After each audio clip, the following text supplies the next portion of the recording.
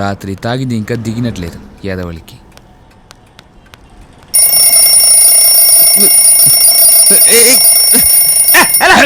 పొద్దునే కాగ్గోలా ఒరే చెప్పమోహం, సూర్యుడు ఉదయించేటప్పుడు పొద్దున అంటారు, ఇలా అస్తమించేటప్పుడు సాయంత్రం అంటారు.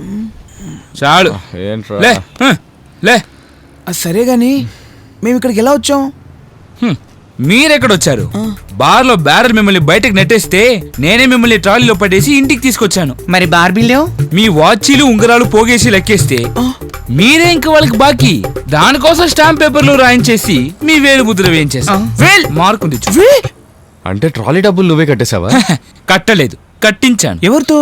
మీ నలుగురిని రోడ్లు అలా పడుకోబెట్టి అనవసరంగా లారీ కొట్టి పైకపోయారే అని 2 నిమిషాలే ఏడ్చాను. మీ మొహాలకి మంచి కలెక్షన్, ఆ అబడుతోనే ట్రాలీ డబ్బులు కట్టేశాను. నీ అబ్బా మమ్మల్ని శవాల్లో పడుకోబెట్టి చిల్లరనుకుంటావా? అంతే మరి. తాగి కోమాలకపోతే శవానికి మనిషికి పెద్ద తేడా ఉండదు. చెడపుకురా చెడవు అని ఊరికన అన్నారు. నాలాంటి వాళ్ళ నాశనం లోక వినాశనం. అయ్యో దేవుడా, వీడెక్కడ దొరికాడ్రా నీకు? నా కర్మరా బాబు.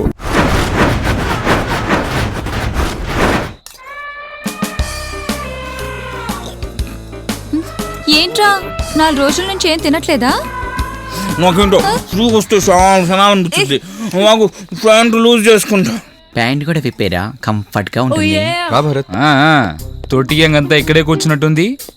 అందరికీ నా వందనాలు. నడిచేవి, ఎగిరేవి, ఈదేవి అన్ని డెడ్ బాడీలు ఉన్నాయే. ఏంటి అడావడి? ఈ రోజు నా బర్త్డే.